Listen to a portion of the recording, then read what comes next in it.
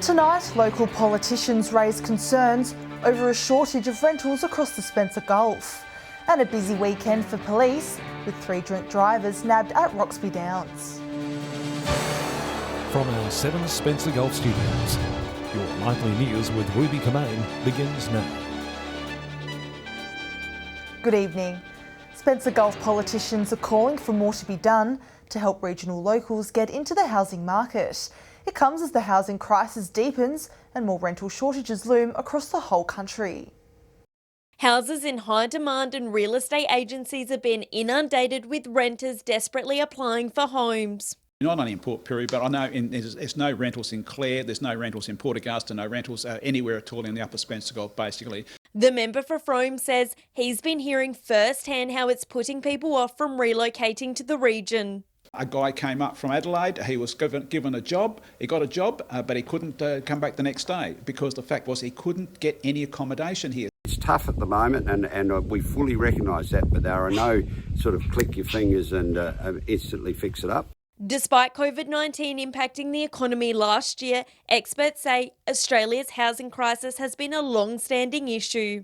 This is not a COVID creation. This is a several-year creation of, unfortunately, some red tape that has deterred the everyday Aussie property investor from transacting in real estate. There's still hope for a positive shift with many house approvals underway. 121,000 of those approved Australia-wide, and at this stage only 21,000 are to the point of advanced construction. But Jeff Brock is calling for more state government action, raising fears there could be an increase in homelessness in regional areas. Part of the going forward for the next election, let's put a commitment out there to actually, for both sides of politics, more homes out there, build them out there in our regional areas and accommodate the people that we want to get out into our regions. Shari Hams, 7 Spencer Gulf News. In a first for the Flinders and Upper North Local Health Network, an emergency nurse practitioner is now on duty at the Port Augusta Hospital. It's hoped the new position will help provide a higher level of clinical support for emergency medical care. Years of hard work finally paying off. Kim Porcelli, now the emergency nurse practitioner at the Port Augusta Hospital, and loving every minute of it. Oh, I just really love everything about the role because it's something that I've worked for a very long time. Working as a nurse for the past 40 years, Kim says most of her journey has been in emergency and clinical nursing, starting as a registered nurse, then specialising in emergency nursing before completing her master's degree and becoming endorsed by the Nurses Board. It's never ending, but if you enjoy what you do, you'll just do it. The position now allowing Kim to work autonomously with her patients, while still being supported by a team of nurses and GPs. From treating limb injuries to burns and open wounds, Kim says she is grateful to offer a high level of care to her patients. It's going to enable me to work within my scope more autonomously and benefit, my colleagues and mostly the patients, so that we're able to meet the needs of the Port Augusta community and wider community. Now holding the first ENP position at the hospital and Flinders and Upper North Local Health Network, with the network supporting 2 nurses from Whyalla to commence a nurse practitioner pathway. We're very hopeful that by creating these clinical expert positions within the local health network, that we'll be able to recruit and retain more skilled nurses and midwives within the Flinders and Upper North. Katrina Musson, 7 Spencer Gulf News. South Australia's Police Commissioner banned arrivals from Perth and the South Coast Peel region from midnight Saturday night. It follows those areas undergoing a 3-day lockdown imposed on Friday. SA Health has contacted more than 4,000 travellers who arrived by plane from Western Australia between April 17th and 24th. Only South Australian residents, essential workers, those fleeing domestic violence and people relocating can cross the border to then quarantine for 14 days. 3 accused drink drivers have lost their licences and will face court after they were nabbed behind the wheel at Roxby Downs over the weekend. A 25-year-old driver collided with the light pole on Saturday night. Police say he tried to run from the scene but was soon caught. He allegedly returned a positive blood alcohol reading of 0.146 and was reported for a string of offences, and his vehicle was impounded. Earlier that morning at around 2:15, Police stopped a vehicle and submitted a 30-year-old Southeast driver to a breath test. Police say he returned a reading of 0.193 and was reported for drink driving. The vehicle was also impounded. Meanwhile, shortly after midday yesterday, police clocked a vehicle travelling 119 kilometres per hour in a 110 zone. The 52-year-old driver allegedly returned a reading of 0.095 and was reported for speeding and drink driving. A Hoon driver from Cleve has had his car impounded after allegedly doing burnouts on the Lincoln Highway. Earlier this month, a number of witnesses reported seeing a white Nissan Patrol tearing up the road. A 32-year-old man was charged with 4 counts of misuse of a motor vehicle and failing to truthfully answer. He'll be due to appear in court at a later date. Still to come tonight, Spencer Gulf locals gather on Sunday to commemorate our veterans and fallen soldiers. And tourism businesses once again gear up to accept more Great State vouchers.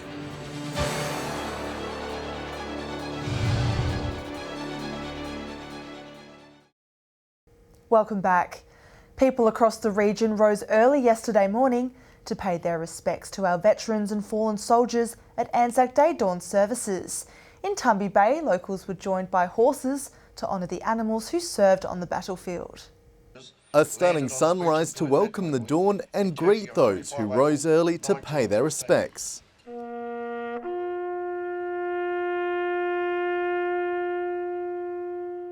The last post echoing across the shore in Tumby Bay.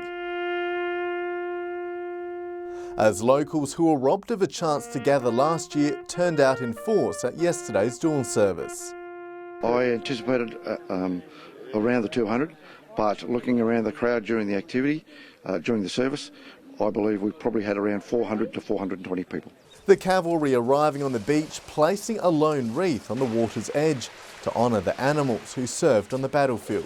It's just reminiscent of what happened early in those early mornings of a lot of campaigns, and it also reflects the recreation time that the troops had. More than 16,000 horses left Australian ports during World War I and only one returned. They were shipped out of all the main capital cities, all down the east coast, from the Queensland ports, down through Sydney, Melbourne, right across through Adelaide. They also turned the soil in corn as the horses marched alongside locals. While a single plane flew over the town's memorial, locals young and old wearing medals with pride, signifying military service.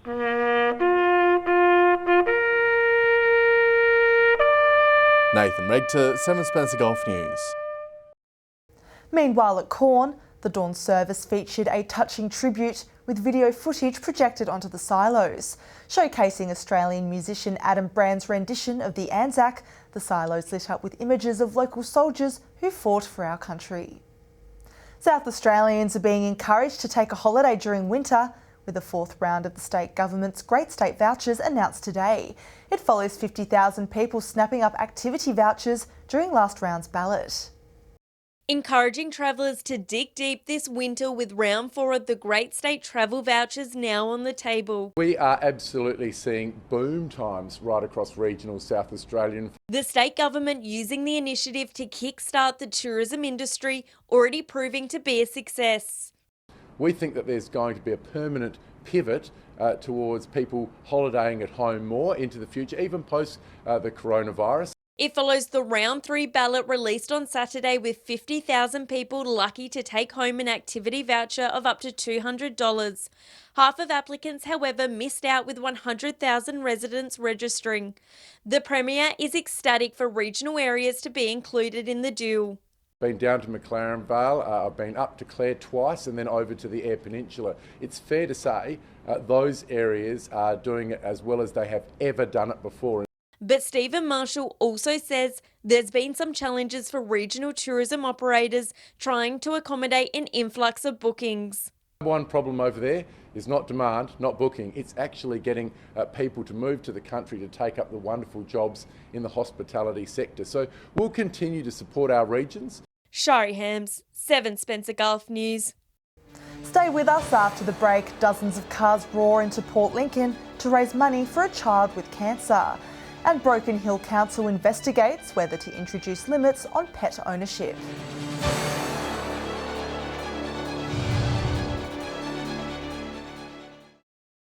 Hello again. There were emotional scenes in Port Lincoln this morning as dozens of cars hit the road for a special fundraiser. The money helping a 2-year-old girl receive treatment after being diagnosed with leukemia earlier this month. Jumping behind the wheel and firing on all cylinders as dozens of cars roar through Port Lincoln to support a local family in need. Doing our bit to help them. The Bruce family had their world turned upside down earlier this month when their 2-year-old daughter Gabriella was diagnosed with leukemia. Their lives put on hold to fly her to Adelaide to receive life-saving treatment. Hopefully, a day like today will lift their spirits a bit and everyone getting behind them. Emotions running high this morning as the community and family came together for a car cruise fundraiser. For Gabby's uncle, it hit close to home to see the major turnout. Really didn't expect this much from such a small community. It's, like I said before, overwhelming. Cars leaving Port Lincoln's leisure centre, winding their way across the city, stopping at 5 different locations. Along the way, each car receiving a playing card, with the best hand at the end of the cruise winning a prize. I'm pretty blown away with all this. It's humbling. Just try and raise some money for them and help them out as much as we can. Thousands of dollars has already been raised, but organisers aren't taking their foot off the pedal, with more fundraisers already being planned. When something bad happens and everyone seems to pull together. Nathan Rector, 7 Spencer Golf News. Broken Hill City Council is investigating whether it should introduce a limit on the number of pets kept on a property. The General Manager says staff will prepare a workshop for councillors, taking the sizes of animals and yards into consideration. It's hoped the move will reduce the number of roaming dogs, with 46 attacks already reported since June.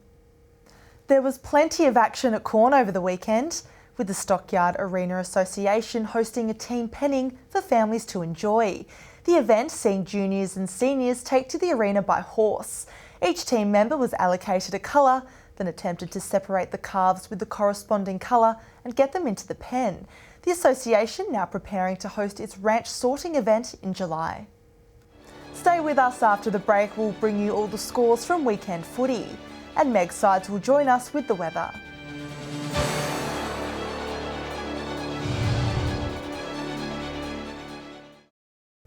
Welcome back.